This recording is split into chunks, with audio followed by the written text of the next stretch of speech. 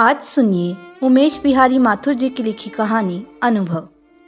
शादी क्या की, उनकी खरीदी हुई गुलाम हो गई। जब जी में आया फोन कर देंगे। डार्लिंग, आज कुछ लोगों को डिनर पर बुलाया है, खाना तैयार रखना। कभी कोई कोलाबा से आ रहा है तो कोई अंधेरी से। जब कहती हूँ मैं तुम्हारे बच्चे को संभालूं या खाना बनाऊं, तो बड़े प्यार से कहेंगे, डार्लिंग तुम खाना ही इतना अच्छा बनाती हो कि बस खाने वाले उंगलियां चाटते रह जाते हैं। रोहन को मैं आकर संभाल लूंगा। अब मैं क्या बताऊं, लीना के यहाँ 3 और निर्मला के यहाँ 2 नौकर हैं। यहाँ तक कि दांत से पैसा पकड़ने वाली उमा के यहाँ भी 24 घंटे काम करने के लिए आया है। और बाजार के काम के लिए एक लड़का अलग, और एक हम हैं कि दिन रात काम की चक्की में पिसते रहते हैं। जनाब को ऑफिस जाना है, सुबह 7 बजे नाश्ता चाहिए। खाना घर से बनकर जाएगा और दिन भर रोहन का काम अलग, नहलाना, धुलाना, खिलाना, पिलाना। 1 मिनट की भी फुर्सत नहीं मिलती। जब कहती हूँ बच्चा संभालने को एक आया ही रख लो, तो मुस्कुराकर टाल देते हैं। इनका बस चले तो ये चौका बर्तन करने वाली को भी निकाल बाहर करें। ठीक है, जब शादी की थी तब प्राइवेट कंपनी में सीए थे। शिवाजी नगर में छोटे से फ्लैट में रहते थे। लेकिन आज बांद्रा में अपना 4 कमरों का फ्लैट है।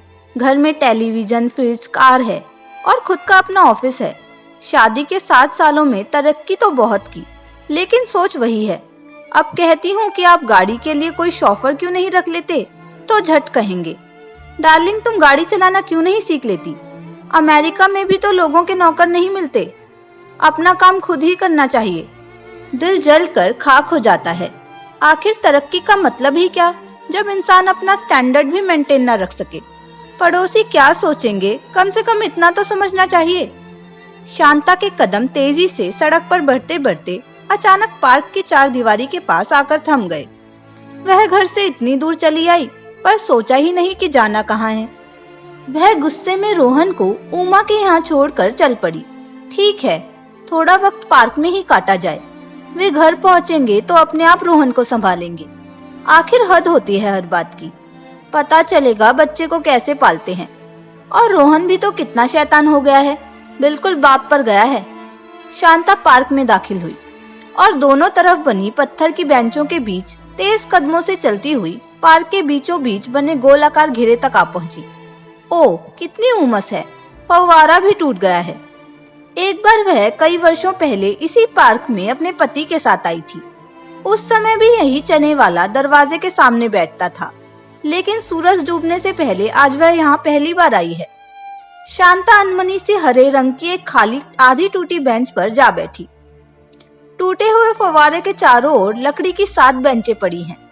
सभी बेंचें भरी हुई हैं। ज्यादातर बेंचों पर वक्त गुजारने की गरज से इकट्ठे हुए रिटायर वृद्धों की जमात विराजमान है।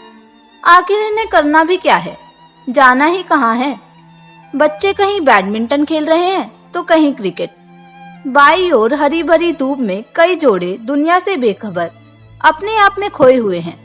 लगता है मुंबई में रोमांस के लिए इससे बढ़िया कोई जगह नहीं है।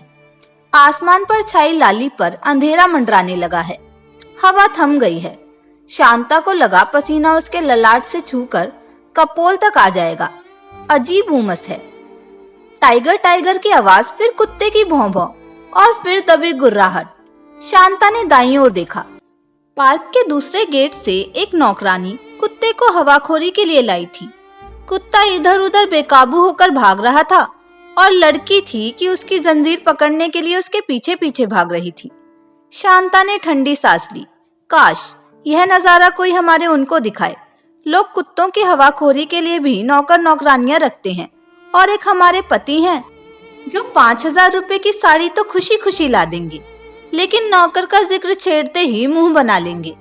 आखिर पैसा होता किस लिए है? आराम के लिए ना। काव काव करता हुआ एक कौवा पास वाले बिजली के खंबे पर आ बैठा। शांता ने पीछे नजर घुमाई। उसके पीछे 2 झूले लगे हैं, जिन पर रंग बिरंगे कपड़े पहने बच्चे झूल रहे हैं। साड़ी पहने, बालों को बड़े फैशन से सजाए, बनी ठनी एक आया लाल प्रेम में एक गोल मटोल बच्चे को बिठाए उसी तरफ बढ़ रही है। बच्चा खुशी खुशी हाथ पैर मार रहा है, किलकारी मार रहा है। कितना प्यारा बच्चा है, एकदम नन्हा गुलाब। रोहन भी जब इतना बड़ा था ठीक ऐसा ही था। आया ने प्रेम खड़ी कर दी और दूसरे बच्चों को लेकर आई पहले से जमा अपनी सहेलियों में जा मिली। बच्चे तो आपस में खेल ही रहे हैं, सहेलियों की महफिल गर्म हो जाती है। लिली आज देर से आया, क्या करें, मेम साहब छुट्टी देर से दिया। हाय माँ, साहब और मेम साहब कुत्तों का माफिक लड़ता और खाली पीली बॉम्ब मारता, हम तो तंग आ गया। अरे तुम बोला क्यों नहीं कि पार्क में हमारा बॉयफ्रेंड वेट कर रहा होगा, हम देर से जाएगा तो वह किसी और के साथ मौज उड़ाएगा। हाय माँ, मालूम है जब हमारा साहब काम पर जाता तो हमारी मोटल्ली मेम साहब 40 नंबर वाले से इश्क फरमाता है, ऐसा भी होता है। उसका भेजा खल्लास हो गया है, दिन भर फिल्मी गाने गाता, शाम होते ही साहब मेम साहब क्लब जाता और भेजा खाने को बच्चा लोग हमारे पास छोड़ जाता। अच्छा, ले लिल्ली, आ गया तेरा रोमियो, देख तुझे बुला रहा है, ठाठ हैं तेरे, हमें तो कोई देखता ही नहीं। लिल्ली प्रेम छोड़कर भागी, पीछे उसकी हम उम्र और उम्र से बड़ी सभी सहेलियां खीसे निपोर रही हैं। अरे यह रोमियो तो हमारी ही बिल्डिंग का चौकीदार है। ओ, तो यह चौकीदारी हो रही है। शांता मन ही मन सब सोचकर हैरान रह गई। मासूम बच्चे को प्रेम में शायद अपने अकेले होने का एहसास हो चुका था।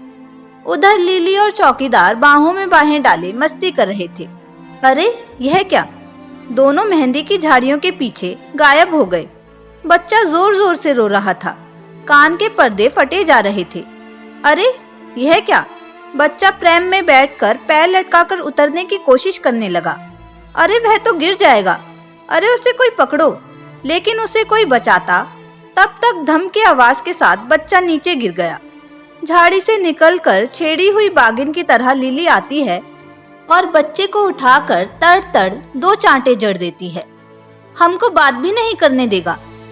बच्चा सहम कर चुप हो जाता है, लेकिन शांता को लगा जैसे किसी ने तड़ तड़ 2 चांटे उसके गालों पर बेरहमी से रसीद कर दिए हों और मारने वाले के हाथों के निशान उसके अपने गालों पर उभर आए हों।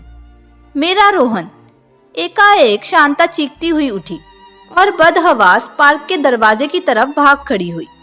लिफ्ट से निकलकर जैसे ही तेज कदमों से शांता उमा के फ्लैट की तरफ बढ़ी कि अचानक उसके कदम रास्ते में खड़े रोहन को गोद में उठाए मुस्कुराते पति को देखकर थम गए।